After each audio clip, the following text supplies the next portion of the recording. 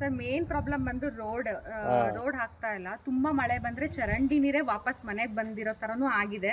ಆ ಪೂರ್ತಿ ಸ್ಟೆಪ್ಸ್ ತನಕ ಎಲ್ಲ ಹೋಗಿದೆ. ಅದರಿಂದ ಸ್ಮೆಲ್ ಮೇನ್ ಆಗಿ ಮಕ್ಳುಗಳಿದ್ದಾರೆ. ಎಲ್ಲರ ಮನೇಲೂ ಒಂದ್ 3 ಜನ ಮಕ್ಳು ಇರೋದ್ರಿಂದ ಎಲ್ಲಿ ಇನ್ಫೆಕ್ಷನ್ ಆಗುತ್ತೋ ಅದೊಂದು ಭಯ. ಆಮೇಲೆ ರೋಡ್ ಆಗಿದ್ರಿಂದ ಎಲ್ಲ ಅಲ್ಲಲ್ಲೇ ಒಂಥರ ಬದಿ ತರ ಆಗಿ ಬಿದ್ದಿರೋದು ಉಂಟು. ಎಲ್ಲರೂ ಸ್ಕ್ರಾಚ್ಗಳಾಗಿರೋದು ಉಂಟು. ಆಮೇಲೆ ತುಂಬಾ ನೀರು ತುಂಬಿಕೊಂಡಾಗ ಮರಿ ಹಾವುಗಳು ಕಾಣಿಸ್ಕೊಂಡು ಇದೆ. ಆ ಥರ ಎಲ್ಲ ಪ್ರಾಬ್ಲಮ್ಸ್ಗಳು ತುಂಬಾ ಆಗಿದೆ.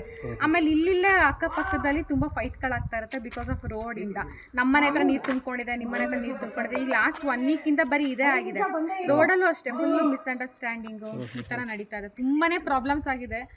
ನಡೆಯೋಕ್ಕಾಗ್ತಿಲ್ಲ, ಓಡಾಡೋದಕ್ಕಾಗ್ತಿಲ್ಲ. ಬರೀ ಕಲ್ಲುಗಳು ಈ ತರ ಎಲ್ಲ ಹಿಂಗಿರೋದ್ರಿಂದ ತುಂಬಾ ಪ್ರಾಬ್ಲಮ್ ಇದೆ. ಇಲ್ಲ ಸರ್, ಯಾರು ಈ ಕಡೆ ಬಂದು ನೋಡೇ ಇಲ್ಲ. ಇಲ್ಲೇ ಲೋಕಲ್ ಕಾರ್ಪೊರೇಟರ್ ಹತ್ರ ಎಲ್ಲ ಮಾತಾಡಿದೀವಿ ಅಂತ ತುಂಬಾ ಜನ ಹೇಳ್ತಿದ್ರು. ಬಟ್ ಇದುವರೆಗೆ ಯಾರು ಬಂದಿಲ್ಲ. ಆ ತರ ನೋಡ್ಕೊಂಡು ಹೋಗಿರೋ ತರ ಇಲ್ಲ. ಓಕೆ, ಈ ರೀತಿ ಇದ್ರೆ ಬೇರೆ ಜನ ಕೂಡ ಇಲ್ಲಿಗೆ ಬರೋಕ್ಕೆ ವಾಸ ಮಾಡೋಕ್ಕೆ ತುಂಬಾ ಹಿಂದೇಟ್ ಆಗ್ತಾರೆ ಅಲ್ವಾ? ತುಂಬಾ ಹೌದು. ಬರೋರೆಲ್ಲ ಅರ್ಧಕ್ಕರ್ಧ ಸ್ಮೆಲ್ ಇದೆ. ಹೆಂಗಿರ್ತೀರ? ಆಟೋ ಡ್ರೈವರ್ಗಳಂತೂ ಲಿಟ್ರಲಿ ಬರೋದೇ ಇಲ್ಲ. ನಮ್ಗೆ ಅಲ್ಲೇ ಸ್ಟಾಪ್ ಮಾಡಿ ಹೋಗ್ತಾರೆ.